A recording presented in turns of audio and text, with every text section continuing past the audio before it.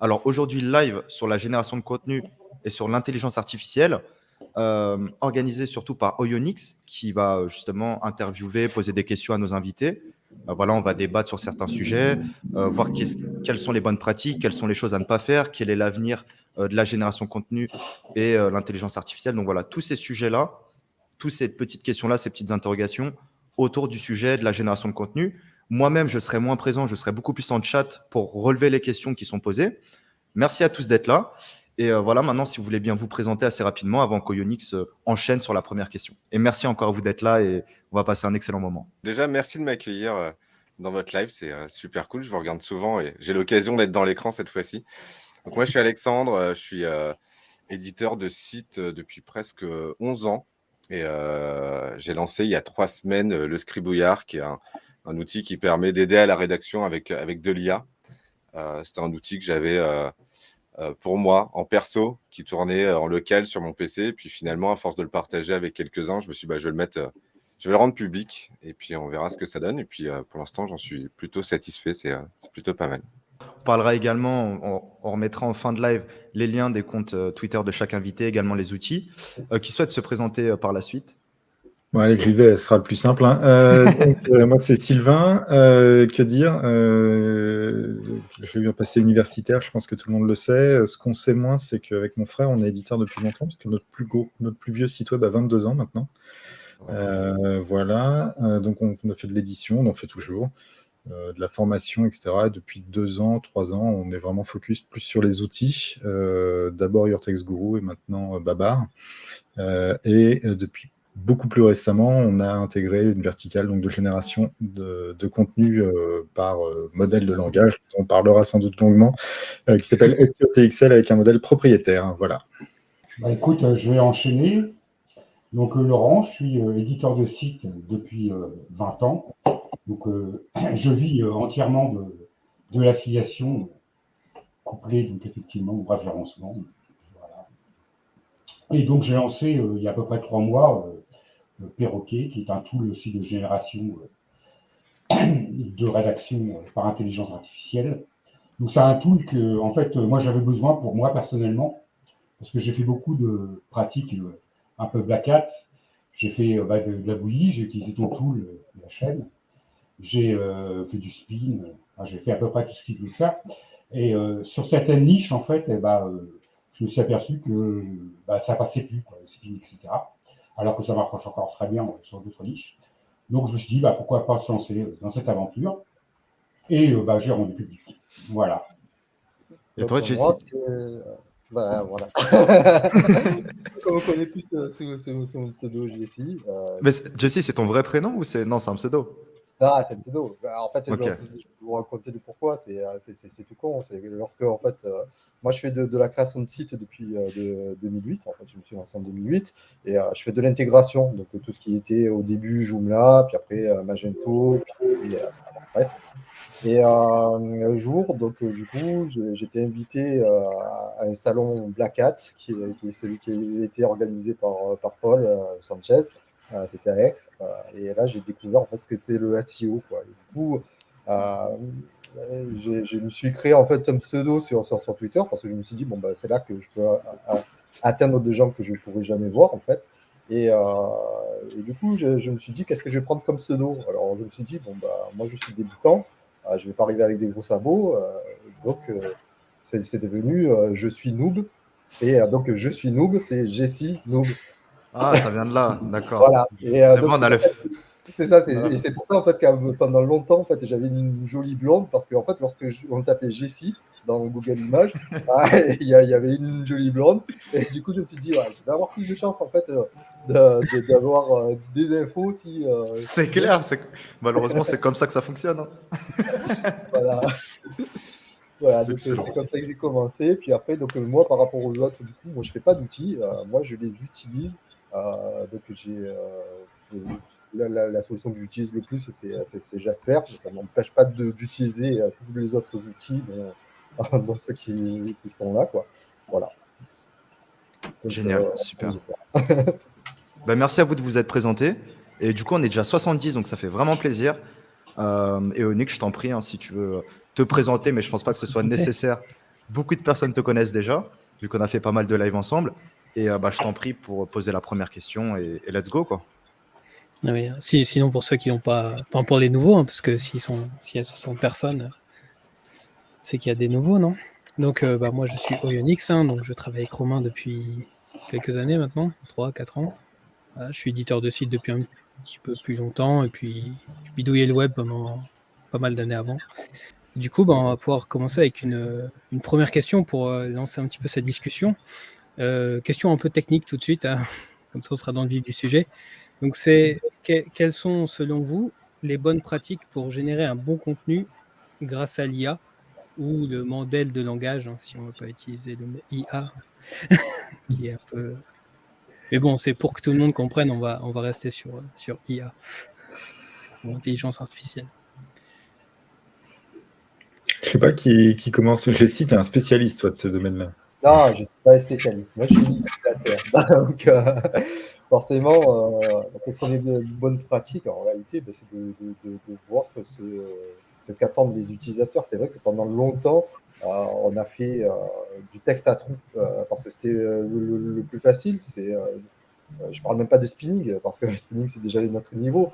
C'était de pouvoir donner en fait les mots-clés que Google attendait et de pouvoir créer du contenu, sauf que pour pouvoir le faire en masse, ça devenait compliqué. En tout cas, aujourd'hui, plus ça va, plus en fait ça devient compliqué d'aller se positionner parce qu'il y a beaucoup plus de contenu qui est créé journalièrement. Et en fait, après, c'est mon positionnement, hein. Je pense que si on fait du contenu qui va être un petit peu plus unique et qui va un petit peu être une anomalie, on va dire, ça peut permettre de sortir parfois sur d'autres choses, quoi.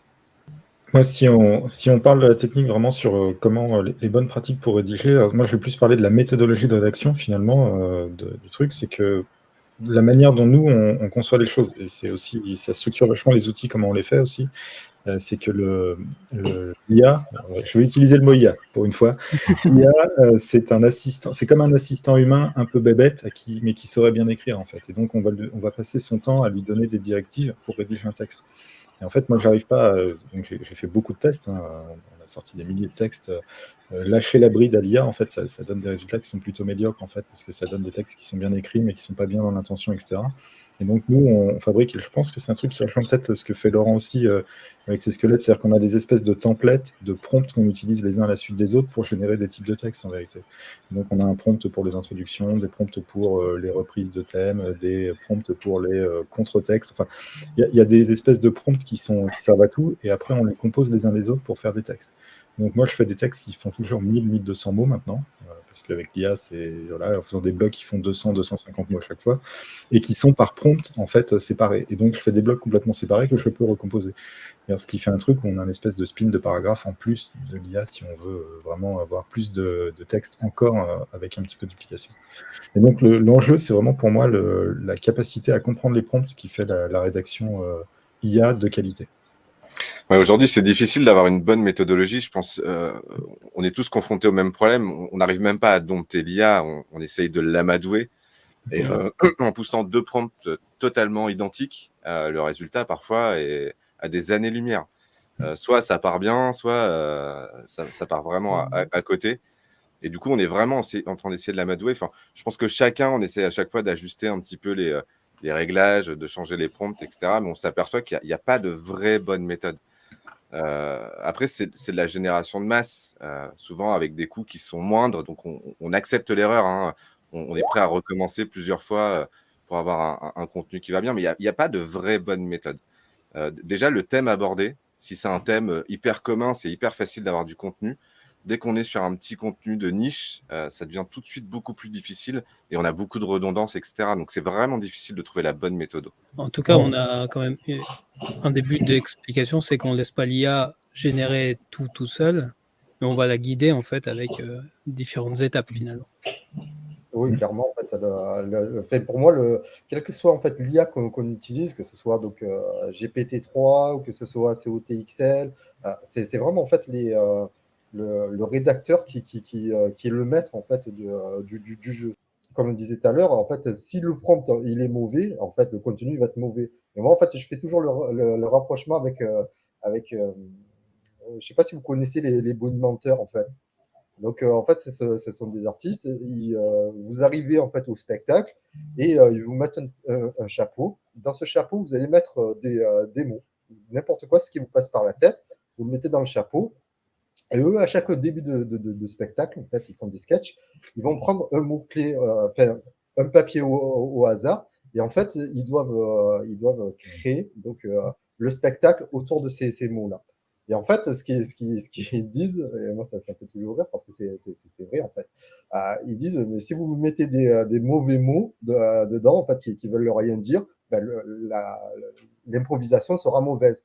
Et c'est un petit peu ça en fait qu'on a avec les prompts, c'est de l'intelligence artificielle. Si en fait on lui donne pas les bons éléments, en fait il va pas faire le bon contenu. Ou si on lui donne quelque chose de trop générique, justement, surtout en fait sur les outils. Après, moi je peux parler plus de GPT-3 que j'ai un petit peu essayé de mettre les mains dedans. Et c'est pour ça qu'après, en fait, je me suis tourné vers Jasper parce que je me suis dit, je suis pas assez doué pour pouvoir bien paramétrer ça. C'est en fait que chaque outil ont des réglages qui vont influer de savoir si il doit être beaucoup plus créatif ou s'il doit être vraiment très, comment dire, très exact dans les réponses. Ouais, c'est ce qu'ils appellent en fait la température et du coup, il peut donner quelque chose d'hyper créatif et nous, c'est ce qu'on a besoin parce que souvent, on est devant une page blanche et on se dit, bon, ben, on commence là et de quoi on va parler? On n'a pas d'idée. Et là, le fait qu'on ait un mode créatif, ça permet de pouvoir déplier d'autres idées à partir d'un sujet principal que l'on donne. Et par contre, si on lui demande de faire quelque chose de manière exacte ou de donner en fait des informations qui vont être exactes, parfois il va être trop s'enfermer. Donc c'est ce qu'on voit souvent avec les boucles, comme tu disais tout à l'heure, Alexandre, que ça se répète. C'est qu'en fait, du coup, il est rentré trop dans quelque chose de hyper trop précis et il n'arrive pas à en sortir si on ne lui donne pas de clés pour pouvoir passer à autre chose. Et ça, en fait, moi, j'ai été confronté en fait en 2008, en fait, j'avais commencé à essayer, parce que lorsque je me suis lancé, je me suis dit, bon, mais de suite, je vais avoir plein de clients et je vais pas pouvoir répondre à tout le monde. Donc, il faudrait que je mette en place un chatbot.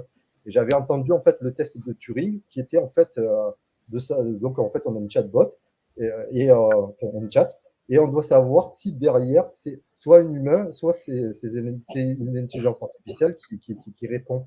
Et moi, ce que j'avais trouvé d'intéressant dans ça, c'est que le code de cette intelligence, c'est les bribes en fait de l'intelligence artificielle d'aujourd'hui. C'était assez accessible, c'était open source, c'est-à-dire qu'en fait, on avait des arbres avec des nœuds dans lesquels on pouvait dire bon ben voilà, en fait, si quelqu'un pose cette question de cette manière-là, et puis après, donc le mot clé, on va le remplacer par étoile. N'importe quoi qui dit, qui commence par comment, pourquoi, etc. On va la ramener sur un nœud, et à partir de ce nœud-là et de ce mot-clé que l'on a identifié, on va lui donner des étapes supplémentaires pour qu'il parle que de ce sujet-là, quoi. Et c'est une base plus algorithmique en fait. Ouais, mais ce truc-là, c'est ce qui a été utilisé par Luc Julia pour pouvoir créer Siri. Donc c'est quand même un petit peu la base de ce qu'on connaît aujourd'hui, en tout cas, qui était assez simple à comprendre, quoi. On vient rajouter des couches. Ouais, voilà. Je voulais juste faire un commentaire par rapport à ce qu'a dit Alexandre juste avant. Sur les prompts qui génèrent des trucs très très différents et donc qui s'éloignent par rapport à un sujet, en fait c'est souvent le signe que le prompt n'est pas assez resserré en fait et spécifie pas assez le texte. C'est vrai que nous c'est à cause de cette raison-là qu'on a voulu faire SIOTXL plutôt que d'utiliser GPT-3 typiquement. C'est pour avoir la possibilité d'insérer directement au niveau du modèle des obligations de mots à utiliser en fait. Nous via le guide Urtexgour, mais peu importe en fait.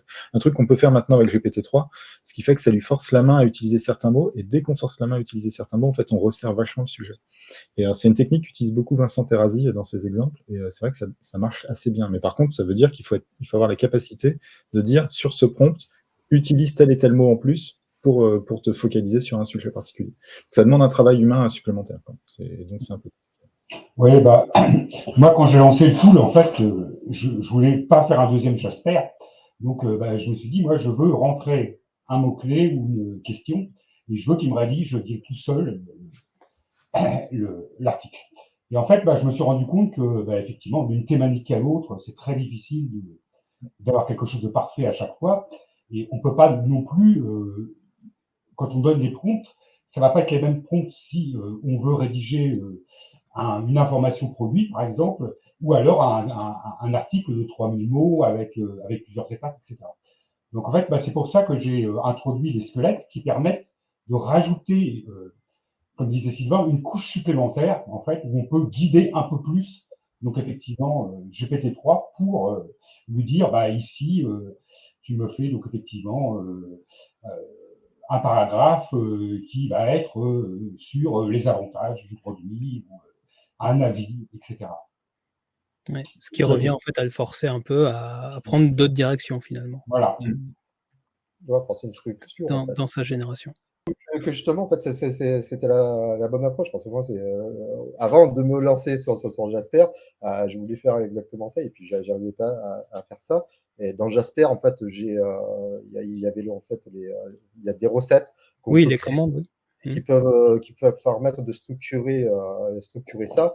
Et lorsque j'ai vu ce qu'a fait Laurent sur Perroquet, je trouve que l'approche, elle est mieux, parce qu'en fait, on peut vraiment en fait lui dire à tel endroit, on veut que ce soit une introduction, on peut lui forcer en plus à lui dire voilà, là en fait, tu vas me mettre comment dire, cette question-là, par exemple, puis après, on rajoute le mot qu'on veut, puis après, déplier le contenu. Mais après, voilà, on le pense vraiment par rapport au document que l'on veut écrire. Si on veut faire une fiche produit, on va pouvoir le calibrer pour que ça fasse de la fiche produit. Si on veut plutôt avoir une FAQ, du coup, on peut le forcer à avoir des titres qui incitent à créer une FAQ, quoi. De ce que j'ai vu, en tout cas, Oui. sur Non, puis je pense que Oui. nos outils, tous ceux ici présents, ils sont quand même assez récents. Donc, en fait, on ne Oui. fait que les améliorer au fur et à mesure qu'on se rend compte des choses qui sont faibles. Voilà. Donc, c'est que le début. Il faut bien s'attendre Oui, à ce qu'on va. et pour moi, en fait, chaque outil a vraiment en fait un usage qui est dépendant en fait de l'utilisateur. Celui qui est nul en fait, moi je suis nul en fait. Donc j'ai pas souvent des idées, etc. Enfin, des idées constructives, on va dire, si je dois créer du contenu, et des outils comme Jasper, où on a directement des templates qui sont déjà calibrés pour dire tiens, en fait, je veux faire une fiche produit, je vais aller sur le truc, sur le template fiche produit, je rentre mon information, il va me générer le contenu qui est calibré pour ça, quoi. Après, en fait, si j'ai besoin de créer du contenu de masse, par contre, pour moi, Jasper, c'est pas trop l'outil pour pouvoir faire ça, quoi. Là, je dirais plutôt peut-être le tien, plutôt. J'ai pas encore vu en fait les scribouillards, ce que tu as fait toi, Alexandre. Mais bon, je pense que du coup, chaque outil en fait a son usage et son public. Par exemple, si je devais utiliser Your Text Guru, bien sûr que pour moi, la logique, ça serait d'utiliser SEOTXL. Pourquoi? Parce qu'en fait, ils ont déjà. Tu me dis si je dis n'importe quoi, Sylvain. Tu génères en fait tes guides. Dans tes guides, tu vas pouvoir dire bon, voilà, en fait, là, j'ai mon guide j'ai mon guide Your Text Guru. Là, j'édite mon texte dans SEOTXL et je peux même lui forcer à dire certains mots. Du coup, en fait, je vais prendre les mots-clés de mon guide, je vais le mettre, voilà, je dois générer du contenu, je veux forcer qu'il fasse ça et ça, et là, il va être très bon pour ça. Il va être pour des parties de texte. Après, j'ai pas encore vu sur de la génération de texte complet, mais tous les outils peuvent être utilisés soit pour faire du texte complet, soit pour faire certaines sections dans un contexte précis. Et voilà, pour moi, en fait, tous les outils aujourd'hui, pour l'instant, il y a des complémentarités, quoi. Tout à fait. Justement, ça rejoint un peu le deuxième sujet qu'on voulait aborder, c'est dans quelle stratégie SEO vous utilisez l'IA. Est-ce que c'est pour rédiger du contenu plutôt informationnel, faire des stratégies de conversion, l'utiliser sur des pages transactionnelles, ou pour faire un peu de la masse affiliation, on va dire, affiliation Amazon ou autre, produisant un maximum de contenu sur différentes requêtes pour de la longue traîne, du trafic. Voilà. Quelle stratégie en fait vous mettez en place grâce à l'IA? Moi, je vais répondre. Vous pouvez imaginer, moi, nous, on s'en sert sur nos sites. Vous ne connaissez pas nos sites, donc vous pouvez très bien imaginer à quoi ça sert dans ce cas-là. Donc, ça, je ne vais pas épiloguer sur ce qu'on fait avec nous. Par contre, moi, je vois vraiment l'usage chez nos clients. Il y a deux usages principaux pour nous, chez nous. Il y a beaucoup de rédacteurs qui utilisaient Your-Text Guru, et là, on rejoint ce que disait Laurent tout à l'heure, Jessie, pour séparer entre les deux Laurent. Donc, ce que disait Jessie, qui est des gens qui rédigent et qui se font aider de l'outil de rédaction automatique pour allonger en fait leur texte. On connaît tous le business model des rédacteurs, ils sont payés au mot. S'ils rajoutent 50, 100 mots à chaque fois en quelques minutes de plus, en fait, c'est de l'argent en plus, et tout le monde est content parce que les textes restent quali. Donc ça, c'est le premier usage. Mais l'usage vraiment majoritaire, nous, c'est l'usage Black Hat. En volumétrie, il n'y a pas photo. Aujourd'hui, au bout de 3 semaines d'exploitation hors bêta, le nombre de mots usage Black Hat, c'est en millions. Le nombre de mots usage non Black Hat, c'est en dizaines de milliers chez les clients, ou centaines de milliers. Donc il y a zéro rapport entre les deux. Il y en a qui prennent l'API et qui bombardent, et les autres, ils s'en servent à la main, en fait. C'est ça la différence. Donc voilà pour chez nous. Voilà.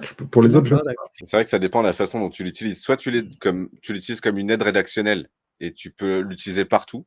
C'est ce que je pense, mais ça fait ton brouillon et tu complètes et tu peux l'utiliser partout. Sinon, c'est clairement du Black Hat ou faire du PBN. Enfin, voilà. Là où on utilise de la masse.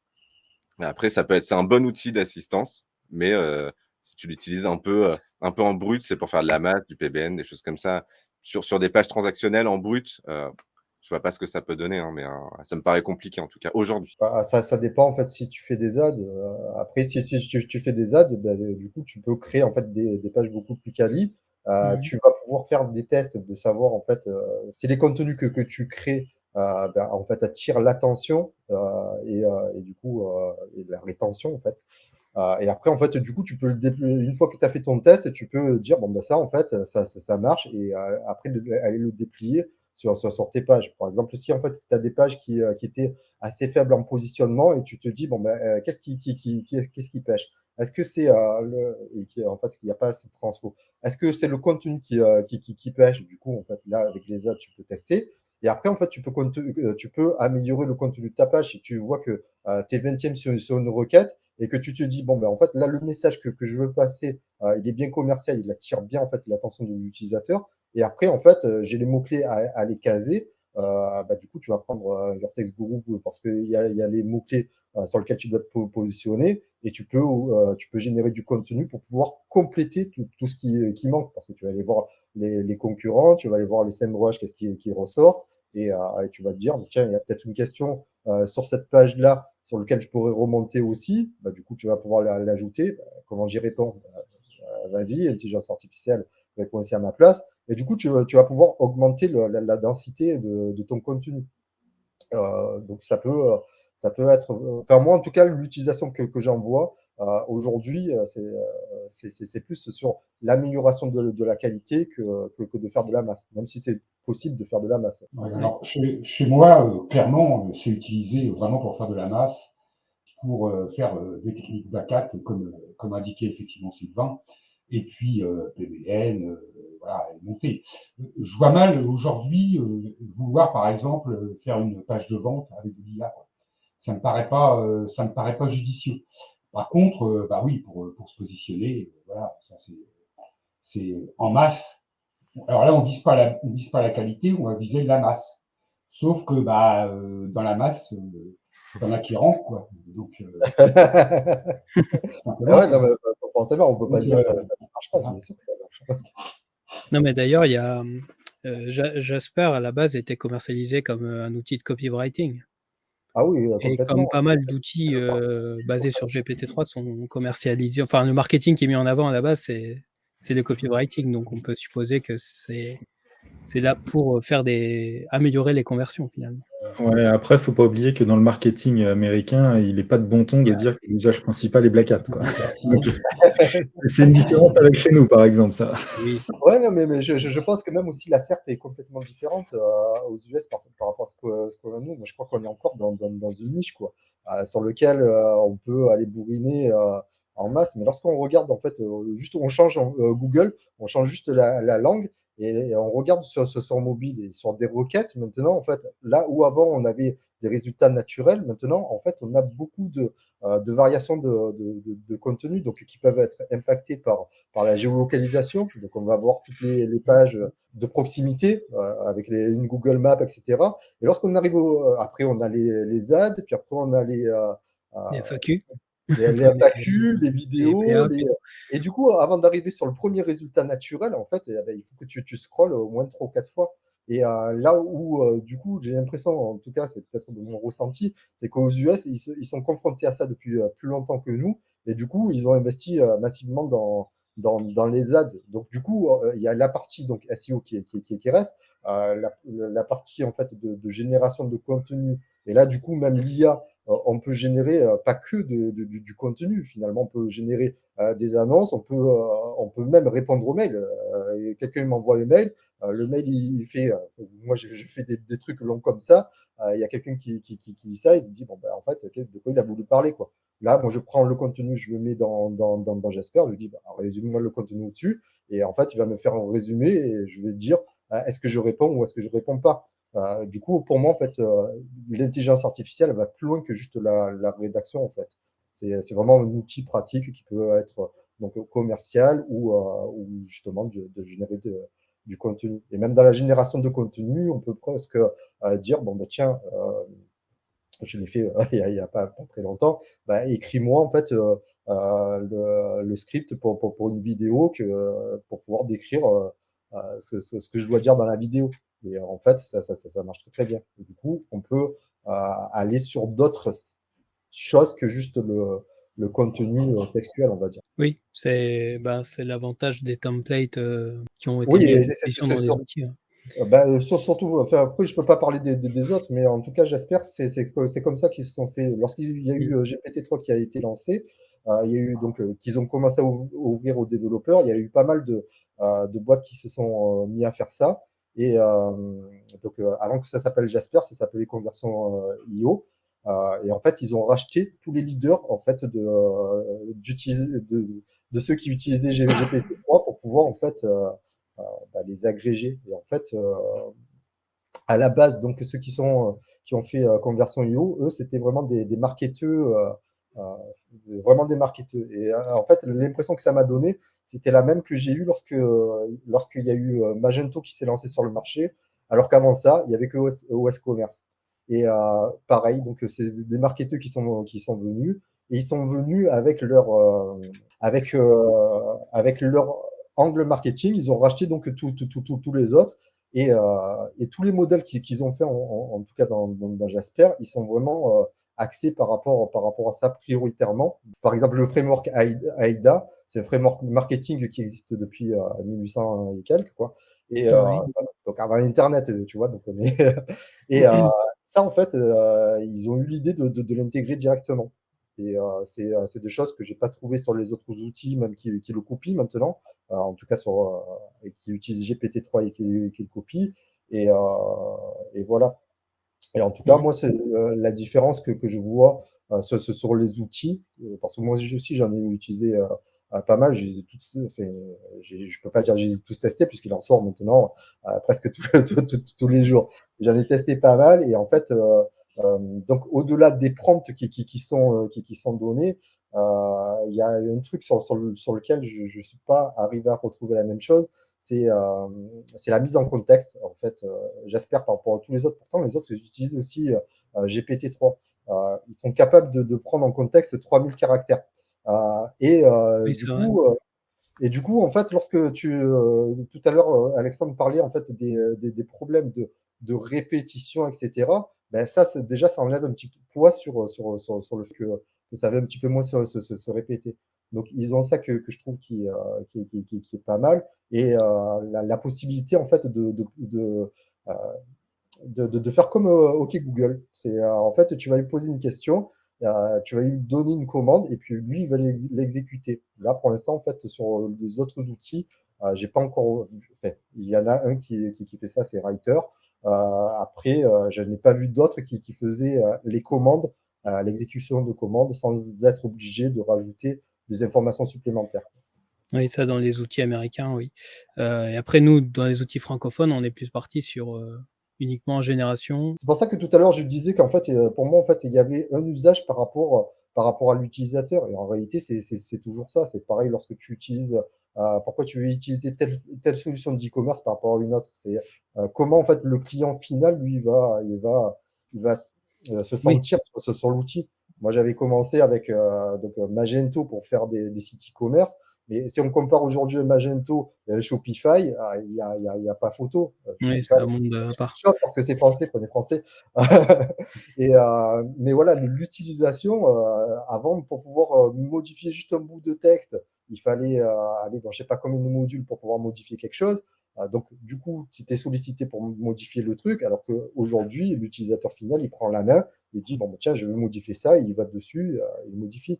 Et c'est pareil pour les outils. Donc, il y a certaines personnes qui se disent, tiens, moi, j'ai besoin de faire de la masse, j'ai plutôt besoin d'une API qui va aller, que je vais plugger directement sur mon CMS et il va me générer, je vais lui mettre un mot-clé, il va me générer tout ce qu'il faut. Ça va être directement en place sur mon CMS.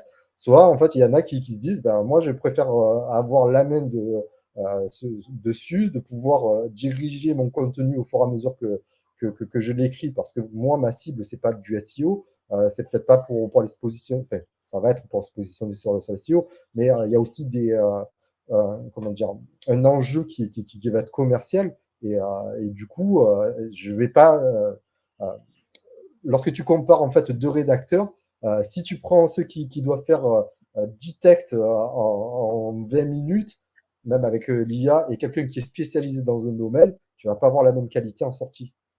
Tu vois. Donc pour Oui. moi, pareil, les outils, en fait, ça va différencier ceux qui ont besoin de faire de la masse et que ça va être efficace pour ranker, et ceux qui ont besoin de faire du marketing parce que ils ont besoin de vendre par d'autres canaux, parce que du coup, comme je disais tout à l'heure, sur Oui, le mobile, chaque outil va trouver son public. on commence à glisser très très loin sur les premiers résultats. Donc du coup, il faut commencer à penser à l'avenir. Qu'est-ce que Google va nous proposer et comment on fait pour pouvoir lui donner du contenu, quoi. Même s'il Oui, faut payer, ça puisque ça fera partie du ticket d'entrée, quoi. on va en reparler, je pense.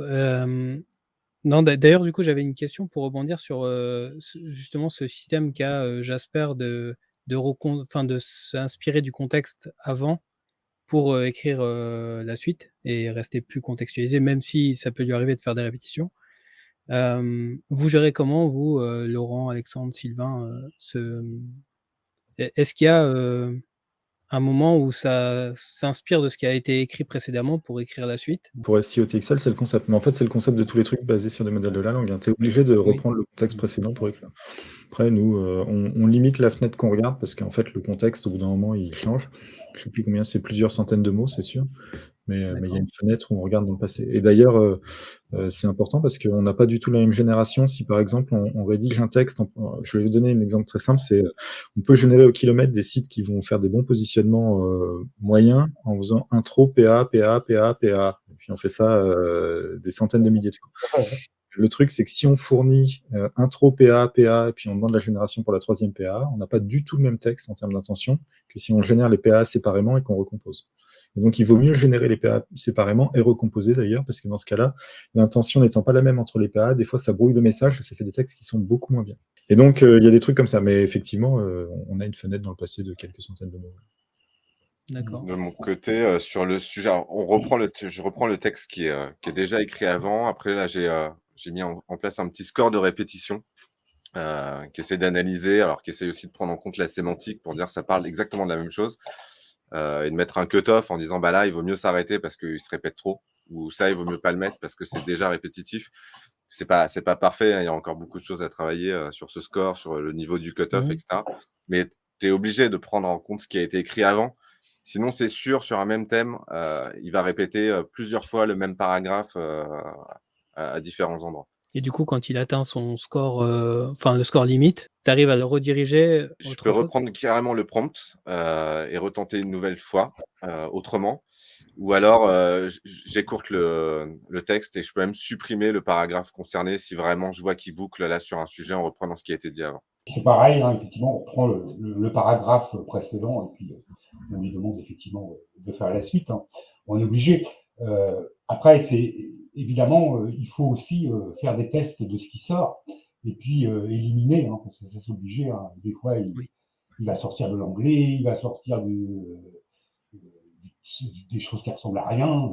Et donc là, des répétitions, évidemment.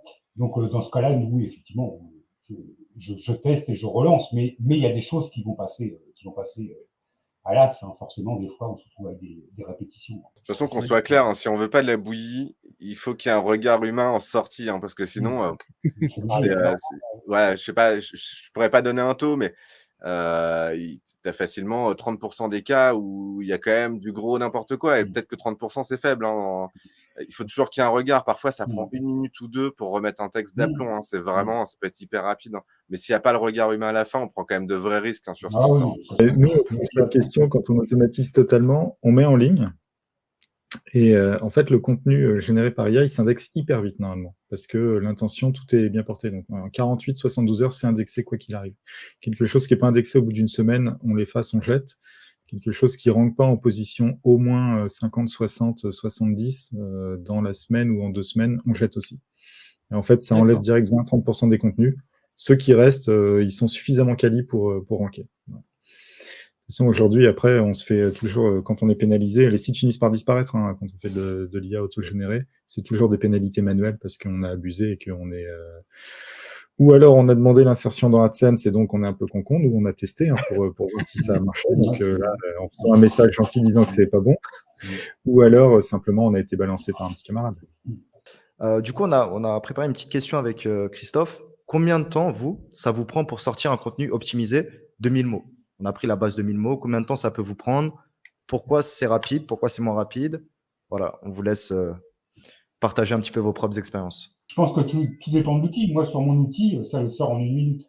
Voilà, parce que c'est Ok. c'est tout automatisé. Alexandre, Donc, ton n'est pas activé. voilà. Si on prend une template qui est déjà faite, évidemment, si on construit son propre squelette, là, il faut le faire avant. Mais sinon, si on prend un squelette qui est déjà fait, ça le sort en 1 minute, hein. C'est les différents échanges qu'il va y avoir au niveau du script avec OpenAI et le script, mais c'est tout, hein. Mais après, parce que mon outil, c'est du full automatique. Toi, Alexandre, tu te positionnes comment par rapport à ça? Pour le sortir, c'est globalement entre 1 minute et 1 minute 30. Ça, c'est ce que donne l'IA. C'est le moment où on a tout le texte. Après, moi, je fais toujours une reprise. Alors, moi, je fais quelque chose que Laurent fait pas. Moi, je les envoie directement sur mon WordPress et je les retravaille en mode brouillon directement. Donc, peut-être que je gagne un petit peu de temps. Disons que sur un thème que je maîtrise déjà bien, en 5 minutes, j'ai un truc qui marche bien. Sur un thème que je maîtrise moins bien, ça va me prendre un petit peu plus de temps. Mais globalement, moi, j'en envoie environ 200 par jour sur mes différents sites. Disons que je prends grosso modo une petite matinée pour tout faire. Et c'est bouclé, ce qui n'a rien à voir avec l'époque où je les faisais à la main, quoi, où une journée ne suffisait pas pour tout faire, quoi. Ouais, là, en une demi-journée, c'est réglé, quoi. Vous vous positionnez comment, Sylvain et Laurent, par rapport à ça? Ouais, mais moi, je vais en faire beaucoup moins. Sur la génération de la structure, 5 minutes. Ça, après, je vais aller faire mes recherches. Je vais aller vérifier que l'information est bonne. Donc, je vais peut-être mettre une demi-heure. Peut-être que je vais aussi chercher de quoi l'illustrer. Alors, ça, pareil, pour la génération, il va y avoir un truc magnifique qui va venir, mais pour l'instant, on n'y a pas accès. C'est le fameux DALL-E qui permet en fait de générer des images à partir du texte. On va dire une demi-heure pour faire un bon contenu qui soit calibré pour l'utilisateur et qui soit calibré pour les SEO. Après, j'utilise différents outils parce que pour moi, en fait, la génération de contenu, lorsqu'on va le faire, donc on va lui donner une structure, du coup, il va déplier tout de manière, on va dire, encyclopédique. Et après, sans prendre en compte, en fait, du coup, l'aspect SEO, de savoir comment ça se positionne sur les SERP. On va parler de tel sujet, par exemple, la vidéo que j'ai fait, écrire un article en 5 minutes, dedans, en fait, j'avais demandé sur Twitter, donnez-moi un sujet que je ne connais pas. On m'a parlé, en fait, de l'effet de la thermocline sur les sous-marins nucléaires. Donc là, je ne connais pas du tout le sujet et j'aurais jamais pu en parler si, en fait, l'outil ne m'aurait pas sorti quelque chose par rapport à ça. Donc, du coup, il a fallu que je génère donc mon plan, que je génère le contenu et qu'après, en fait, j'aille voir qu'est-ce qui est positionné dans Google par rapport à ça. Après, en fait, tu t'aperçois que en réalité, donc c'est juste la différence de température qu'il y a sous l'eau qui peut faire détecter un sous-marin. Et là, du coup, tu te dis, bon, en fait, qu'est-ce qui est recherché à côté de ça? Ça va être peut-être les sonars, etc. Et du coup, tu vas aller voir Your Text Guru, qu'est-ce qu'il te donne, et tu vas enrichir ton texte avec ces trucs-là. Donc c'est pour ça que pour moi, ça va me prendre plus de temps. C'est pas juste la génération, c'est que j'ai la génération plus en fait la recherche, l'adaptation pour le contenu. Après, par rapport à ce que vous dites, on génère du contenu, on fait en masse, et puis après on jette ce qui va pas. La question que je vais vous poser, c'est comment en fait vous faites justement pour pas vous cannibaliser à suroptimiser trop une page par rapport à une autre, puisque comme vous générez en masse, vous allez pas, je sais pas si vous le faites, est-ce que vous analysez chaque page qui est sortie pour pouvoir savoir s'il y en a une qui doit sortir mieux qu'une autre par rapport à une expression? Et justement, si en fait les autres que vous créez de manière automatique, elles viennent pas vous cannibaliser vos pages piliers, quoi. Moi, je me pose 0 question. En fait, vraiment, je mets en ligne, et puis à un moment donné, marche ce qui marche, et ça marche. Mais on parle de volume, c'est pas un site autogénéré, Oui, c'est 1000 pages ou c'est 10 000 pas les pages. sites. C'est 200 000, 300 000, 400 000 pages de contenu, hein. Donc, en vérité, s'il y en a la moitié qui se cannibalise et qui ne performe pas, quelle importance en fait? Et c'est que de la longue traîne en vérité, hein. C'est des modèles, voilà, longue traîne, gros volume. Après, voilà. Moi, donc je me pose pas trop de questions sur cet usage full auto. Après, sur des textes qui sont là pour soutenir, par exemple, du texte qui servirait à faire de la vente de liens, au hasard. Là, il faut un niveau de quali un peu supérieur, parce qu'en vérité, il y a quelqu'un qui va lire le texte, donc le client, et il faut qu'il trouve que ça passe la barre un minimum, quoi. Et alors ces textes-là, parce que je crois que j'ai compris la question, même si je ne l'ai pas entendu au final, c'est des trucs, nous, il faut 10-12 minutes pour faire un texte de 1000 mots qui passe la barre humaine à peu près. Mais ces textes-là, c'est plus des textes qui vont servir dans un truc borderline, mais les textes passent la barre humaine quand même. Un humain qui le lit voit que c'est pas fou, mais il n'est pas plus déçu de ce texte qu'il serait déçu d'un texte offshore fait rapido par un rédacteur offshore de mauvaise qualité. Et du coup, on avait une autre question. On va parler d'un sujet un peu chaud du moment. Google Discover et la génération de contenu IA, est-ce que c'est un bon usage? En tout cas, ça passe. Ça y rentre, voilà. Ça y rentre En tout cas, assez ça y rentre. facilement d'ailleurs. Ouais. Ça passe assez facilement, même sur de la bouillie, hein. C'est assez surprenant. C'est ma surprise de la semaine, par exemple. J'ai quelques articles qui sont très très bien rentrés sur Discover, qui ont fait plusieurs dizaines de milliers de vues pour des articles qui n'avaient pas été beaucoup retouchés, quoi, hein. Faut quand même les regarder, hein. Faut quand même les regarder si vous voulez rentrer dans Discover. Il faut quand même éviter les répétitions, regarder. Mais bon, ça va prendre une minute, quoi. Et après, balancer. Et effectivement, des fois, ça rentre, hein, ça rentre. C'est dû à l'effet de masse, en fait. Là, il y a aussi la réponse aux intentions. Enfin, il y a plein de choses qui rentrent en ligne de compte, je pense. Mais ouais, ça rentre assez facilement. Moi, je ne pensais pas que sur du full IA retouché 3 minutes, ça puisse vraiment rentrer. Pour moi, c'était impossible. Et finalement, ça passe plutôt bien. Ouais. Je pense que Discover, enfin bon, moi je veux pas parler de Discover plus que ça, c'est pas trop mon sujet, mais c'est pas trop la pertinence des contenus qui fait Discover, puisque c'est la perception par l'humain aussi, beaucoup de son comportement vis-à-vis de ces contenus-là. Donc, Oui, l'humain est moins fort que Google au final. S'il est intéressé par une thématique, par exemple, si on parle de foot ou si on parle de personnalité, ça va plus facilement ressortir. Mais après, donc, que le contenu soit fait par un humain ou par une IA, à partir du moment où il y a du contenu, il y a une régularité. Moi, je fais pas cette régularité pour pouvoir sortir bien sur Discover. En tout cas, sur ceux que j'ai vus qui font ça. Puis, je suis allé au Black and White SEO, ils ont montré quelques tips aussi qui étaient pas mal Faut les donner, intéressants. attention. Et que je ne peux pas donner malheureusement. Mais en tout cas, ce qui a été dit, c'est que eux, ils n'ont aucun souci que ce soit donc du contenu qui soit généré par un humain ou par une IA. À partir du moment où en fait déjà la thématique est quelque chose qui est recherché, il n'y a pas de raison que ça sorte pas, quoi. En tout cas, Google, lui, j'ai l'impression que sur Discover, il va moins se faire attention à la qualité du contenu et de savoir si on a bien mis les mots-clés qu'il faut. Surtout en plus que parfois, en fait, les contenus restent pas très très longtemps. Oui. Ça, après, toujours pareil, ça dépend. si on relance ou pas. Mais voilà, j'ai l'impression que sur Discover, on a moins la notion de qualité que sur les SERP normales et que le facteur news, quelque part news, ou en tout cas sujet d'intérêt Ouais. utilisateur, parce que là, par contre, c'est pas secret, en fait, lorsqu'on va sur Discover, on clique sur les 3 boutons sur la droite, on voit de pourquoi on nous affichait cette carte-là, de savoir si c'est Oui. l'intérêt, si on est déjà allé sur le site ou si on avait un intérêt particulier sur la thématique. C'est clair que Google, il passe pas de temps à analyser vraiment ses contenus. Il va Non. plutôt cibler la chaleur du sujet, la thématique. Et je me dis comme ça, il a peut-être tellement d'utilisateurs à satisfaire, tellement besoin de contenu, que du coup, il va taper sur tout ce qu'il va trouver d'intéressant publié dans les 30 derniers jours.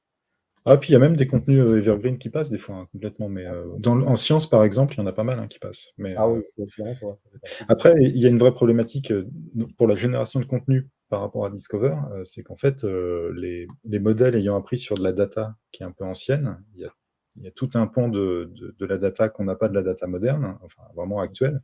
Et donc toute la partie, alors moi je n'étais pas au Black and White SEO, donc je peux dire des trucs parce que je ne sais pas ce qui a été dit. Toute la partie qui va être le timing par rapport à des sujets précis, etc. C'est un truc sur cette partie-là, la génération via IA, en fait, se tombe complètement à côté la plupart du temps. Donc ça cantonne quand même un certain nombre de sujets pour passer dans Discover. Et donc je pense que voilà, les sujets sur Mercato de foot, ça passe pas. En tout cas, pour GPT-3, ça a changé parce que, par exemple, jusqu'à l'année dernière, en fait, les sujets qui étaient remontés, c'était le training qu'ils avaient fait jusqu'en 2019. 2019, en fait, c'est la date à laquelle Elon Musk se barre du projet. Ça a été racheté par Microsoft. Du coup, en fait, les licences, GPT-3, c'est Microsoft. Notez-le quelque part. Et en fait, ils ont mis en prod il n'y a pas très longtemps DaVinci 2 qui, elle, va remonter des informations jusqu'en 2021. Par exemple, lorsqu'on prenait le cas du Covid-19, avant, donc, ça faisait pas partie des données de training. Par contre, même si la data est ancienne, on peut lui dire, bon ben voilà, le Covid-19, c'est une maladie, c'est une pandémie. Il est outillé pour pouvoir parler de ce qu'est une pandémie, comment on doit réagir en cas de pandémie. Par contre, il pourra pas te sortir quelque chose qui est d'actualité chaude, quoi, vraiment récente. Ça marchera pas. Bon, mais dans Discover, il y a plein d'autres, thématiques qui sont tout à fait déconnectées de l'actualité. Tu prends des faits historiques, tu prends. La fête de la musique au mois de juin. Tu prends du Roland Garros en ce moment, tu fais de l'IA. T'as pas beaucoup de corrections à faire à part changer les dates. Sur du Roland Garros, tu peux travailler assez vite un texte qui passe dans Discover. Et à la fin, c'est Nadal qui gagne. Donc, ouais, ça c'est déjà on va voir ça tout à l'heure, mais j'y crois pas. Et il y a même la progression en fait des joueurs, de savoir s'ils ont eu des accidents. Et du coup, en fait, il peut même si l'information peut ne pas être vérifiée, dire bon ben en fait, il a eu un accident à tel moment et voilà pourquoi peut-être il peut être moins performant sur le prochain. La prochaine rencontre contre tel joueur. Donc, moi, je connais que dans l'anti ça. Il y a des sujets d'actualité sur la technologie, par contre, c'est assez difficile. Tu vas vouloir parler mobile, à moins qu'il y ait des infos qui aient fuité il y a plus d'1 an, et que du coup, il en fasse une vérité. Mais sinon, tu n'as pas grand-chose. Tu veux faire de l'iPhone 13. Je crois que Laurent, tu l'avais fait dans ton Twitch. Tu fais de l'iPhone 13, il va te sortir des rumeurs, quoi. Il va les prendre pour vrai. Il y a eu plusieurs évolutions. Alors nous, pour les modèles, on travaille avec une boîte française qui s'appelle Lighton. C'est eux qui fabriquent les modèles, parce que c'est eux qui ont la puissance de calcul avec les fameux processeurs photoniques dont j'ai déjà parlé ailleurs.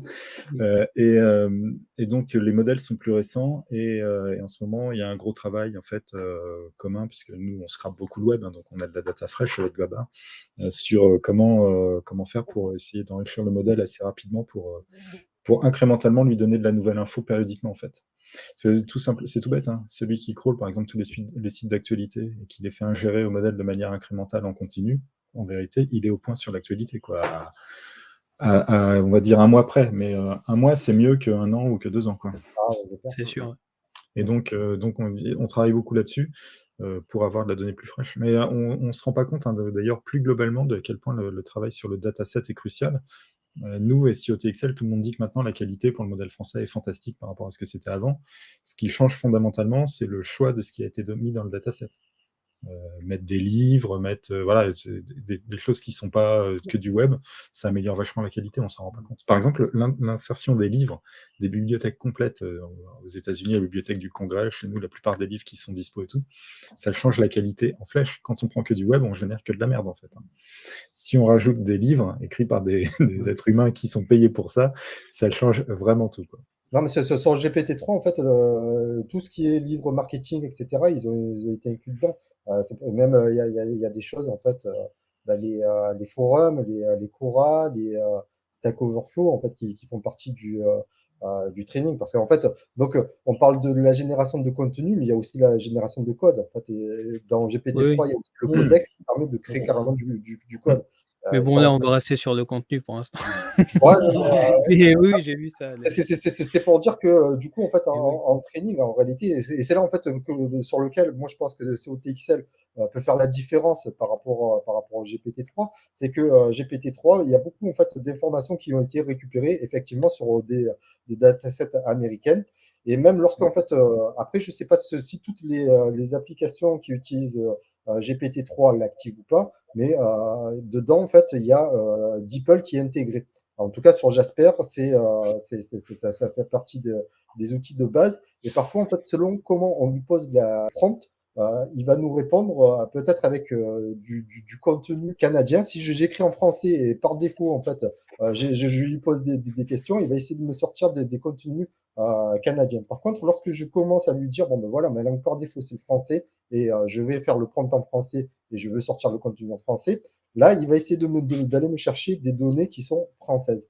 Et ça, après, en fait, dans la génération, on le voit parce que dans le texte qui est généré, parce qu'en fait, il y a tout l'historique de ce qui a été généré, que ce soit donc un paragraphe, un bloc qu'on a utilisé, donc c'est stocké. Et on voit si le texte qui est généré, il est en anglais ou s'il est en français. S'il est en français, on sait que la qualité, déjà, elle va être un peu mieux sur des sujets parce qu'il a une meilleure connaissance. Mais par contre, ce que peut faire Sylvain, on peut le faire aussi avec GPT-3, mais ça coûte un petit peu plus cher, c'est de pouvoir avoir des jeux de données qui sont entraînés que sur des sujets qui sont français. Par exemple, donc, je ne sais pas si je dois sortir un site sur les raquettes de tennis, j'aurais plutôt intérêt d'aller scraper en données tout ce qui est en français, des forums, des dark web, etc., qui vont parler du sujet et de l'entraîner donc avec mon intelligence artificielle pour qu'il soit expert dans ce domaine-là. Et bientôt, en fait, c'est ce que Google va faire. Plutôt que de venir voir sur nos sites, il est en train de constituer sa base de données de données expertes. Si je lui pose la question, voilà comment on soigne le cancer. Aujourd'hui, il irait voir sur les SERP en disant oui, avec du sucre, on peut se guérir du cancer parce que le site il a beaucoup de backlinks et c'est Doctissimo, etc. Et là, en fait, il ira directement se connecter sur la base de recherche du CNRS sur le cancer plutôt que de me fournir des trucs du web. Après, il ira mixer parce qu'en fait, il n'est pas là pour dire en fait, j'ai le truc absolu, on va encore lui dire en fait, vous êtes un monopole et du coup, les autres, ils peuvent pas se placer. Donc, ils seront toujours obligés de mettre en avant des sites. Au-delà de ça, c'est le danger que ce soit juste un ordinateur qui décide seul de la réponse. Exactement. Mais en tout cas, pour les outils français, moi, j'utilise donc Jasper, GPT-3, etc. Mais je suis aussi pour que en France, en fait, on développe sur des solutions françaises. Il y a un truc qui est intéressant dans ce que tu as dit, c'est que tu as parlé de DeepL qui est intégré. En fait, une partie de tous les modèles anglo-saxons donc basés sur GPT-3 utilisent de la data qui est traduite à un moment donné. Et en fait, la data traduite, il faut se rendre compte d'un truc, quand c'est souvent avec DeepL qui est l'état de l'art. En vérité, ça introduit un pattern à la traduction, donc ça facilite la détection possible du contenu généré, parce qu'en fait, la manière dont c'est traduit change un petit peu les statistiques des mots, parce que la traduction, c'est pas la même chose que la langue native en vérité, la langue traduite. Et donc c'est un flag en fait qui facilite la détection. Pour l'instant, je doute qu'ils s'en servent, parce qu'ils rament comme jamais, ils savent pas détecter des contenus. Ouais, donc pour l'instant, on générés. y va, mais en tout cas, oui, c'est le truc qu'il faut faire attention parce que justement, comme c'est des traductions, autant en fait, les outils, ils arrivent au fur et à mesure parce qu'on parle de GPT-3, mais il y a aussi comment il s'appelle Meta qui ont beaucoup avancé sur tous ces outils de traduction et sur le traitement du langage, etc. Mais effectivement, en fait, lorsque tu utilises DeepL, tu vas donner une traduction, tu vas avoir un utilisateur, parce qu'à un moment donné, c'était collaboratif aussi. Et si quelqu'un a donné, en fait, lorsque tu vois ce mot-clé-là, c'est cette traduction-là, du coup, en fait, tu vas lui, comment dire, tu vas lui donner d'un côté un pattern, et de l'autre côté, c'est là où, en fait, parfois, j'espère complètement en vrille lorsqu'on lui dit des choses en français, c'est qu'il va traduire en anglais le prompt, et sauf que, en fait, la traduction de ce mot-là, c'est pas la même traduction que tu as en anglais, et qui va pas avoir le même sens, et il va te faire quelque chose qui a aucun rapport, quoi. Et donc, c'est pour ça que tout à l'heure, je donnais une astuce. Hein. C'est tu vas créer un prompt et tu vas regarder le contenu qui te sort. Et si tu vois que le contenu il te sort et il est en anglais, ça veut dire que ton prompt il a sûrement été traduit pour pouvoir requêter. Et là, en fait, tu sais si l'IA, en tout cas GPT-3, après les autres, je peux pas dire, va te donner du bon contenu en fait dans ta langue native, ou si en fait il a traduit à partir d'une langue quelconque, parce que ça peut être n'importe quelle langue en fait. Ouais, ça c'est le défaut qu'on va retrouver un petit peu dans tous les modèles GPT-3, qu'on n'a pas chez ce OTXL qui a été entraîné lui en français directement. Exactement. Et c'est pour Enfin ça après que... GPT-3 a une partie d'entraîné en français quand même, mais c'est Ah oui, seulement non, mais 10%. de toute façon, ils ont récupéré, c'est ce qu'ils disent, en tout cas, j'espère qu'ils ont récupéré 10% du web. Après, je sais pas 10%. Ça veut rien dire 10% du web. Non, Oui, c'est un peu... Mais par contre, ce qui veut dire quelque chose, c'est que 5% dans toutes les langues de cette base de données, 5%, c'est Wikipédia dans toutes les langues. Donc ça veut dire que pour parler français, il a aucun mal de formuler des phrases, de détecter s'il y a des erreurs grammaticales ou autres. Et en fait, après, pour moi, en fait, tous ces outils-là, ils ont été entraînés par rapport à ce qu'on vient de dire, par rapport à l'application sur les langues. Pas forcément pour pouvoir dire, bon ben voilà, je vais parler de ce sujet-là et je vais avoir une réponse exacte sur ce sujet. Si tu lui parles, donc moi j'avais fait le test avec que faire sur l'île de Ré. Donc il m'a dit, ouais, vous pouvez aller voir les restos, vous pouvez aller sur le truc nautique, ou un bateau, etc. Et puis après, je lui pose la question, où se trouve l'île de Ré? Et en fait, il me l'a placé en plein milieu du Pacifique. Donc tu vois, donc il va donner des exemples donc, dans un contexte que tu lui donnes, c'est-à-dire donc tu vas lui parler d'un sujet, il va parler du sujet, et puis il va te donner en réalité des exemples de ce que tu peux mettre. Quoi visiter à Londres, par exemple, tu vois. Et peut-être qu'il va te mettre, je sais pas, le musée du Louvre, et toi, tu le vois que c'est pas bon.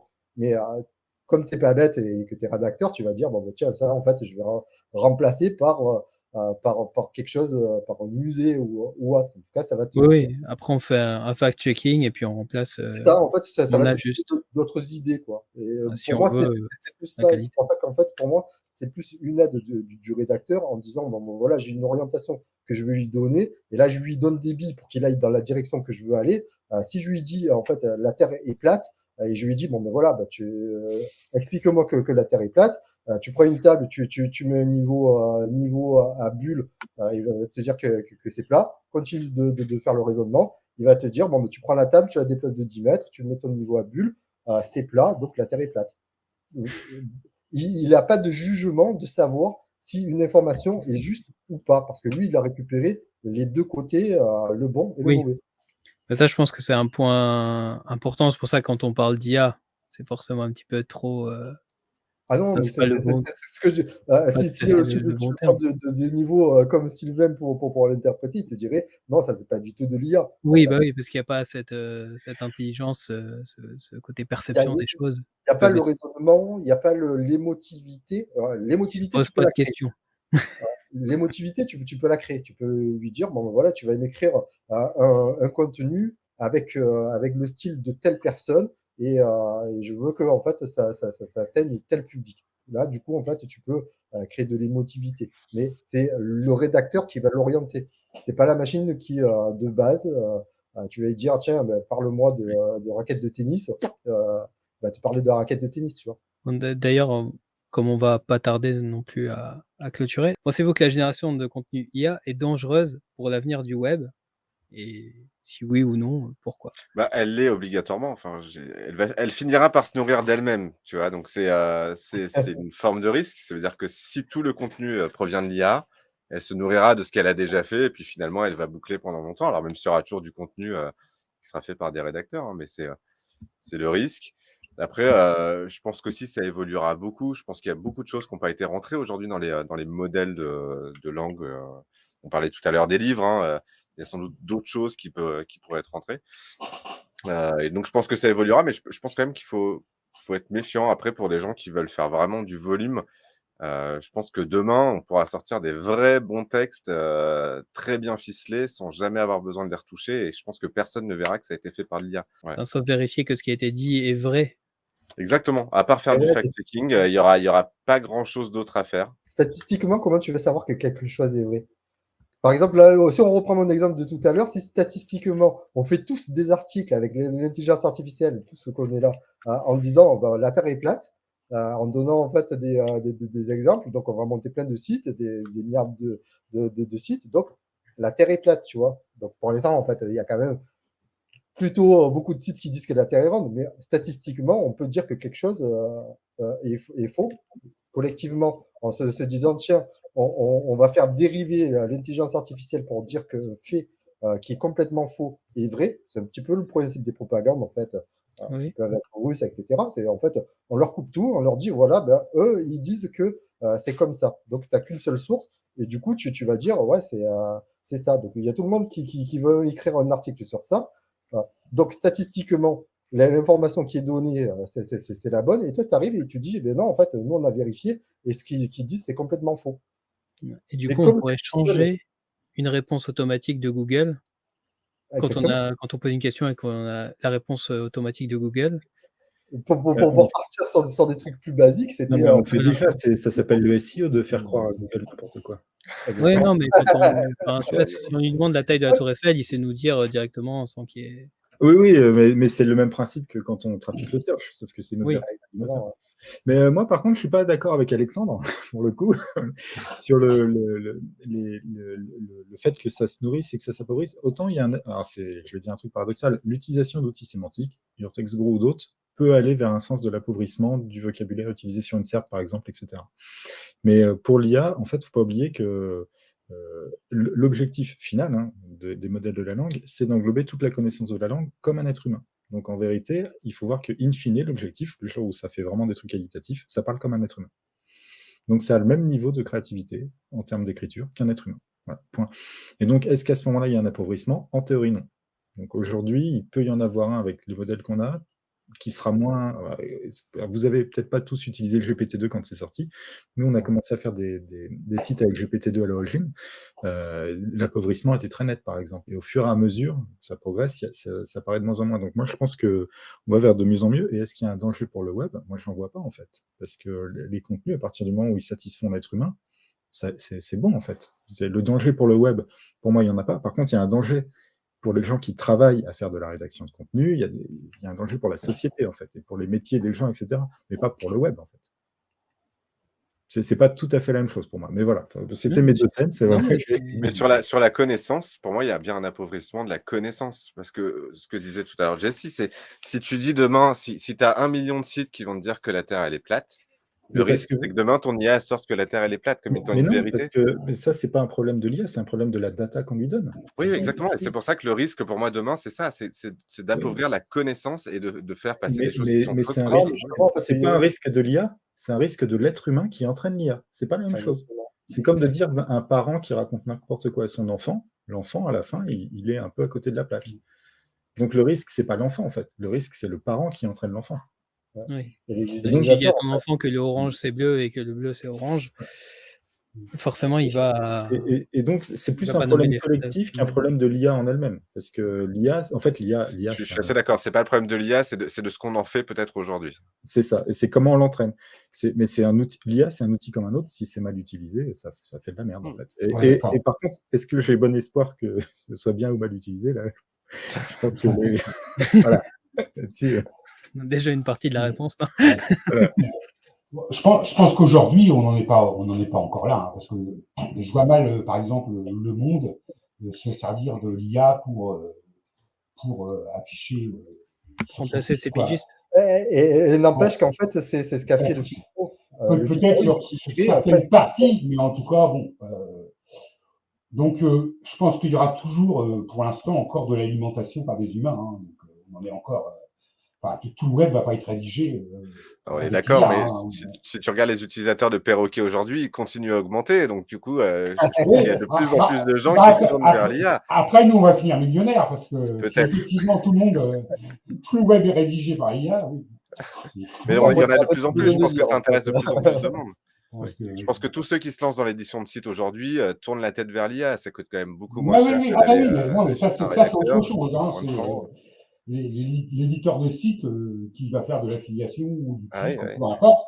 Ce qu'il veut, c'est la masse, et puis Et peut-être avant, c'est il allait faire 10 articles par jour, il va en logique. faire Hein. 1000, quoi. Bah voilà, donc il multiplie ses chances de gagner plus d'argent, hein, Ouais. c'est sûr et certain.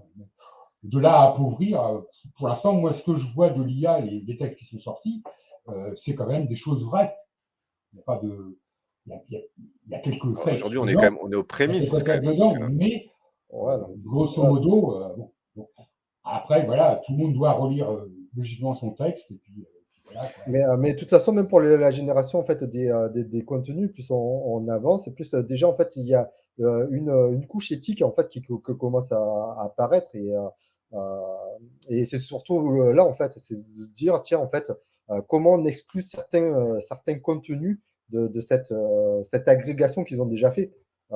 Et aujourd'hui, c'est ce en tout cas, et je sais pas l'IA GPT-3 fait même des mises en garde parfois. Moi, j'ai déjà eu des. Oui, Mais cette information n'est pas vérifiée. Il le mettait dans le exactement. texte. Et sur GPT-3, sur chaque sortie que tu fais, en fait, tu peux noter de savoir si la sortie elle était bonne ou pas. Et ça, moi, je le fais systématiquement, même dans Jasper, pour pouvoir dire, en fait, non, là, il était complètement à côté de la plaque, pour pouvoir que la prochaine fois qu'il va proposer ça à quelqu'un d'autre, ben, l'information va être plus pertinente. Donc, il y a cette histoire d'éthique, en réalité, que ceux qui fabriquent donc ces outils de machine learning intègrent. Et je pense que ça commence à être. Je crois que l'Europe, d'ailleurs, a voté quelque chose dans ce sens-là. Ouais, mais ça c'est plus dangereux quelque part que l'IA même. Parce que ça veut dire que les gens qui fabriquent les datasets font des choix idéologiques pour tout le monde qui vont être mis à grande échelle. Et ça, c'est très Ouais. dangereux. Le modèle, lui, il est là pour créer des phrases. Après, il y a juste la vérification de l'information qu'il est pas capable, et je pense qu'il ne sera pas capable avant longtemps de Ça va être capable. Je pense que là, avec. se dire est-ce que cette info, elle est Chez Google, en hors de fait, sens humain, quoi. ouais, chez Google, en réalité, bon, ils n'en parlent pas trop parce qu'ils parlent de Google, mais ils ont DeepMind que c'était à eux aussi. Et eux, pareil, ils génèrent en fait donc, sur les mêmes modèles, hein, les Transformers, ils font les mêmes choses, quoi. Donc du coup, on se dit aujourd'hui, d'accord, on peut continuer à faire de l'intelligence artificielle, générer du contenu. Après, demain, on ne sait pas trop ce que Google va servir. Parce que là, au dernier Google I.O., ils ont sorti Lambda 2. Et Lambda 2, moi, je me rappelle, il n'y a pas très longtemps, il y a Muller qui a dit « Ah non, la génération avec le contenu fait artificiellement, c'est pas bien et tout ça. » Mais lorsque tu te penches un petit peu sur ce qu'ils font, ils génèrent le contenu, quoi. Et lorsque tu vois déjà que la plupart du temps, en fait, lorsque tu as des trucs, des positions zéro, aujourd'hui, ok, c'est nous, demain, ce ne sera pas de nous. Ce sera directement peut-être des bribes qui va récupérer à droite sur des sources qui, va dire, qui sont sûres, et c'est lui qui va directement sortir le contenu. Alors, le truc lambda, en fait, c'est juste l'interface de connexion vocale. On va dire, ouais, c'est le chatbot, en fait. C'est le OK Google ou Alexa, tiens, Alexa, fais-moi ça. Et en réalité, du coup, lui, il va aller chercher la réponse et il va te la formuler dans un langage que tu vas comprendre, quoi, pour pouvoir créer de l'interaction derrière, quoi. Mais voilà, donc t'avais BERT, t'as Lambda, t'as Glam et t'as Mum.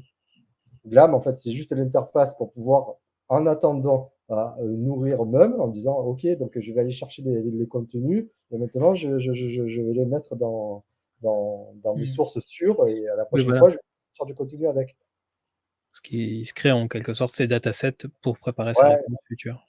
mais après, du coup, faut faire un hommage à Bill Slowky, Slowski, qui est mort il n'y a pas très longtemps et qui faisait une grosse veille sur tous les brevets de Google. Alors, autant c'était des brevets, mais là, tout ce que je viens de dire, donc les GLAM, les Lambda 2, c'est déjà en fait des choses qu'ils ont chez Google. Et moi, c'est le truc qui m'a le plus étonné, c'est en fait lorsqu'ils ont parlé de BERT, lorsque c'était au Google I.O. 2019, je crois.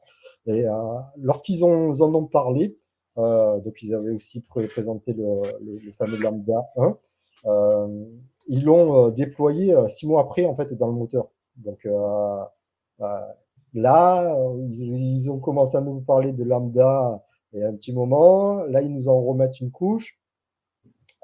Pour moi, il y a des choses qui vont changer là bientôt. Ok.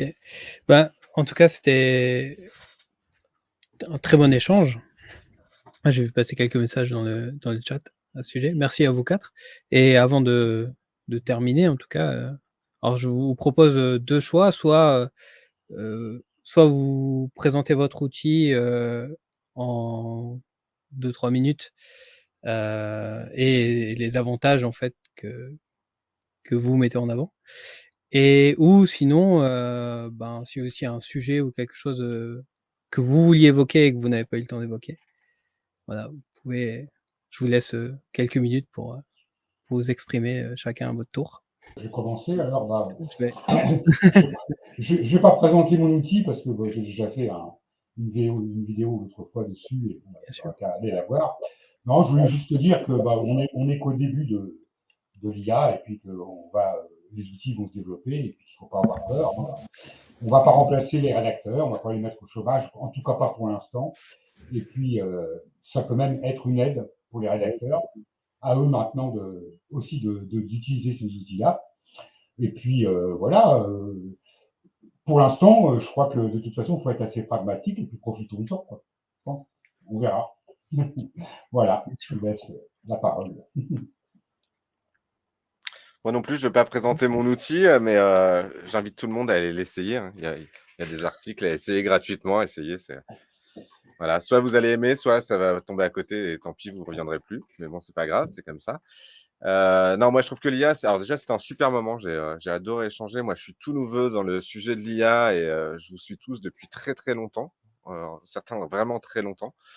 Voilà, moi je trouve sur l'IA, il y a effectivement plein de choses à faire et il faut en profiter. Je trouve que c'est une bonne porte d'entrée dans l'édition de sites. Je trouve que quelqu'un qui n'a pas beaucoup de moyens, qui veut se lancer, qui veut se faire un peu d'argent pour peut-être essayer après de faire d'autres sites où il va utiliser des rédacteurs, etc., c'est une super porte d'entrée. Il y a moyen de faire des belles choses. Après, il ne faut pas non plus arriver dans le jeu et se dire je vais faire un site sur ça et ça va matcher tout de suite et je vais faire beaucoup d'argent. Il faut aussi réfléchir, hein. Trouver la bonne niche, etc. Et ça, le sujet, il est toujours là. Hein. Ce n'est pas l'IA qui va sortir autre chose. Voilà, donc il faut trouver les bons sujets. C'est plutôt simple d'utilisation. Moi, j'ai essayé SEO Texel, Jasper et Perroquet, j'en ai essayé même d'autres. Hein, voilà, tous les outils sont quand même plutôt simples d'utilisation. Après, ça dépend ce qu'on veut en faire. Ça dépend aussi le temps qu'on y consacre. Il ne faut pas croire dès le premier coup, hop, on a une méthode magique, hop, ça marche, ça sort un truc tout de suite. Je ne sais pas combien de tests j'ai fait sur mon propre outil pour réussir à sortir un article correct. Hein, donc voilà, il faut essayer. Moi, je trouve que ça vaut le coup d'être essayé. Après, il ne faut pas non plus se passer d'un autre type de rédaction. L'IA, c'est un super sujet aussi. Enfin, c'est un super domaine pour apprendre à rédiger. je pense que plus on va lire d'articles rédigés par l'IA, plus on va connaître les biais et comment nous pouvoir rédiger un truc qui en vaut la peine. Et moi, sur tous mes sites, il y a toujours au moins quelques articles qui sont rédigés par moi. Je pense que Sylvain, vu la masse qu'il fait, il doit pas en rédiger beaucoup à la main, mais moi, il y en a toujours quelques-uns. Moi, la proportion, c'est à peu près 10 à 20% qui sont faits à la mano, au moins pour rentrer sur AdSense quand il faut rentrer sur AdSense. C'est-à-dire que les 30 premiers articles, c'est fait propre, c'est fait à la main. Puis une fois que c'est accepté, on bombarde. Mais en tout cas, ça donne aussi de bonnes pistes pour apprendre à rédiger pour ceux qui ont peur de ne pas savoir le faire, de ne pas trouver la trame, de ne pas trouver l'inspiration.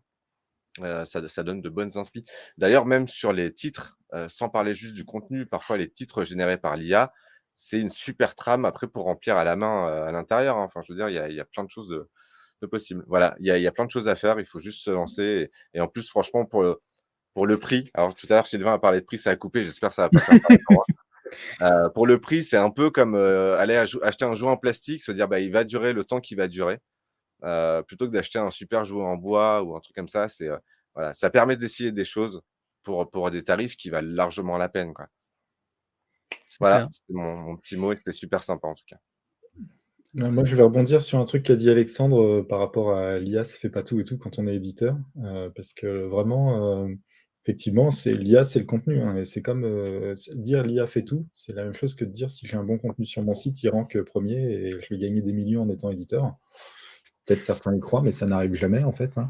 Je dis ça en vendant des outils sémantiques. Mais voilà, il y a d'autres critères à considérer. Mais par contre, c'est vrai que ça accélère la partie contenu, qui est souvent la partie qui est la plus difficile pour les jeunes entrants dans nos métiers.